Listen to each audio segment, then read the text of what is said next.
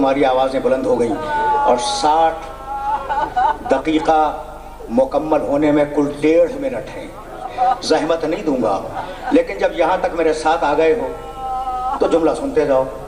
न मालूम क्यों मेरे जहन में इमाम ज़माना का एक जुमला आ गया करबला के सिलसिले में। अस्सलामु अला तारिहीना अनिल औतान, सलाम हो उन लोगों पर जिन्हें ज़बरदस्ती उनके वतन से निकाल दिया गया।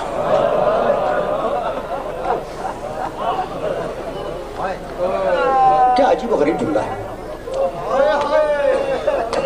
सलाम हो उन लोगों पर जिन्हें ज़बरदस्ती उनके वतन से निकाल दिया गया। कोई अपने वतन से अपनी मर्जी से निकलना नहीं चाहता, फिक्र माश ले जाए, कोई और चीज़ ले जाए, लेकिन इंसान के जहन में वतन रहता है।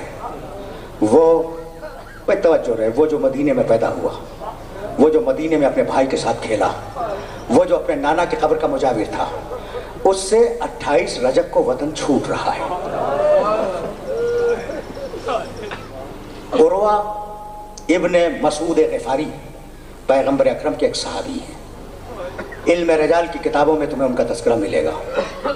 28 रजब को हुसैन की रवानगी है ना मदीने से करबला की तरफ। 28 की रात यानी दिन आने से पहले वाली रात, हुसैन पूरी रात माँ की कब्र मुतहर पर, नाना की कब्र मुतहर पर और भाई की कब्र मुतहर पर रहे। लेकिन शहजादी ज़ैनब क्या करती रही रात में, सुनोगे? उर्वा इब्ने मसूद ग़िफ़ारी का घर और शहजादी ज़ैनब के घर की दीवार एक थी। उर्वा इतने पहरे थे कि काना ला यस्मऊ रात, बादलों के घड़घड़ाने की आवाज़ उनके कान में नहीं आती थी। देख लिया ना तुमने, 28 की रात में आधी रात के करीब वो सो रहे थे। एक मरतबा घबरा के उठे और अपनी बीवी से कहने लगे कि मैं तो बादलों के घड़घड़ाने की आवाज़ भी नहीं सुनता, ये किन बीवियों के रोने की आवाज़ें मेरे कान में आ रही।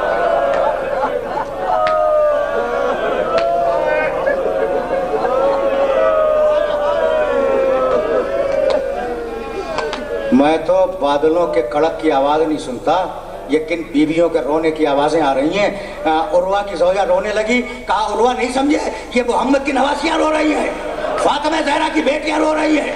हुसैन ने पूरी रात गुजारी अपने बुजुर्गों की कब्रों पर और बीवियों ने पूरी रात गुजारी घर में गिरिया करके। रात गुजरी, सुबह हुई। अब्दुल्ला इब्न सनान रावी है इस वाक़े का कि मुज़ाफ़ात मदीना का एक दुकानदार, मुज़ाफ़ात मदीना यानी शहर के बाहर, वो सामान तिजारत लेने के लिए मदीने आया और ज़ाहिर है कि हर महीने हर हफ्ते आया करता था। वो कहता है कि मैं इतनी मर्तबा मदीने आया और गया कि मैं मदीने वालों के मिजाज को पहचान गया। बालों में कंघी करते हैं, सफ़ेद लिबास पहनते हैं, लिबास पे खुशबू लगाते हैं, जब मिलते हैं तो मुस्कुरा के मिलते हैं, सलाम करते हैं मुस्कुरा के सलाम करते हैं, जवाब सलाम देते हैं तो मुस्कुरा के जवाब सलाम देते हैं। ये है कैरेक्टर मदीने वालों का। वो कहता है जब मैं 28 रजब को मदीने में दाखिल हुआ और अब जो मदीने वालों पर निगाह पड़ी तो बाल बिखरे हुए थे, गिरिबान खुला हुआ था, सरों पे मिट्टी थी। मैंने कहा कि मदीने वालों ये आज क्या हादसा हो गया कि तुम्हारे चेहरे गमनाक हैं। कोई बूढ़ा रो के बोला कि ऐसा मालूम होता है कि तू अजनबी है, इस शहर का रहने वाला नहीं है। कहा कि हाँ मैं इस शहर का रहने वाला नहीं हूँ। कहा कोई हादसा नहीं हुआ। कहा फिर तुम ये रो क्यों रहे हो? तो बूढ़ा हिचकियाँ ले लेके रोने लगा और कहने लगा हमारे रोने का सबब यह है कि मोहम्मद का नवासा आज मोहम्मद के शहर को छोड़ के जा रहा है।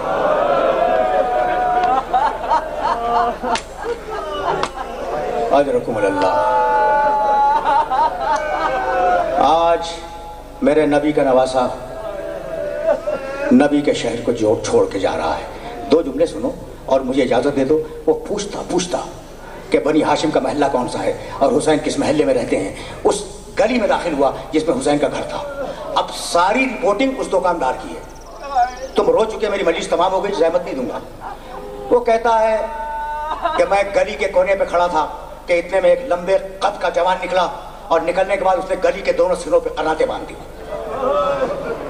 قناتیں باندھنے کے بعد اس نے باہر ایک کرسی لا کر رکھی. میں نے کسی گزرنے والے سے پوچھا یہ ہے کون؟ کہا یہ حسین کا قوت بازو ابو الفضل عباس ہے. اتنے میں وہ کہتا ہے کہ حسین برآمد ہوئے, کرسی پر تشریف فرما ہوئے, اور حسین کے داہنے بائیں دو جوان تھے جن کے چہرے 14ویں رات کے چاند کی طرح چمک رہے تھے, قمری الوجوہ. ایک داہنے کھڑا ہوا, ایک بائیں کھڑا ہوا. میں نے کسی گزرنے والے سے پوچھا کہ میں حسین کو پہچانتا ہوں. ابو الفضل عباس کا تعارف ہو گیا. وہ جو حسین کے پیچھے داہنی طرف ہے وہ کون ہے؟ کہا حسین کا بیٹا علی اکبر. کہا وہ جو علی اکبر جیسا حسین کے پیچھے بائیں طرف کھڑا ہے وہ کون ہے؟ کہا یہ حسین کے بڑے بھائی حسن کا بیٹا قاسم ہے. بس تم رو چکے, تم گریہ کر چکے. وہ کہتا ہے میں قنات کے پیچھے کھڑا ہوا تھا اور صورتحال کو دیکھ رہا تھا. ناقے آئے, خیمے بار ہوئے, ناقے بڑھ گئے. پھر ناقے آئے, بوریاں غلے کی بار ہوئی, وہ ناقے آگے بڑھ گئے. پھر ناقے آئے, ان پہ مشکیزیں بار ہوئے, وہ آگے بڑھ گئے. پھر میں نے دیکھا کہ ایک ناقہ آیا, ایک بی بی سیاہ لباس میں دولت سرا سے باہر آئی. اس کا قریبی عزیز اس کے قریب گیا اور جانے کے بعد بی بی کا شانہ تھاما, ناقے میں سوار کر آیا. وہ ناقہ آگے بڑھ گیا, بیویاں سوار ہوتی رہیں, ان کے رشتہ دار سوار کراتے رہے, ناقے آگے بڑھتے رہے.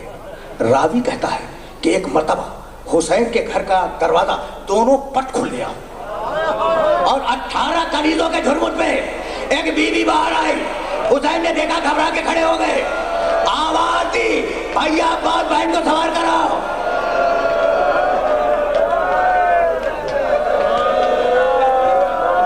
اجرکم اللہ. آخری جملہ سنو, تم نے گریہ کیا, تم نے گریہ کیا, مجلس تمام ہو گئی. کہتا ہے میں نے دیکھا کہ عباس دوڑے اس بی بی کی طرف. حسین نے کہا تھا نا, حسین گھبرا کے کرسی سے کھڑے ہوئے, کہنے لگے بھائی عباس بہن کو سوار کراؤ. حسین عباس دوڑے. راوی کہتا ہے میں نے دیکھا عباس دوڑے. پھر کہا اکبر قاسم جاؤ پھوپھی کو سوار کراؤ. دونوں بچے دوڑے اور اب میری نگاہ نے دیکھا کہ خود حسین بھی چلے. اور وہ بی بی, آخری جملہ ہے تقریر کا, اس شان سے ناقے پہ سوار ہوئی کہ عباس نے اپنے زانوؤں کو خم کیا تاکہ بی بی پاؤں رکھ کے سوار ہو جائے.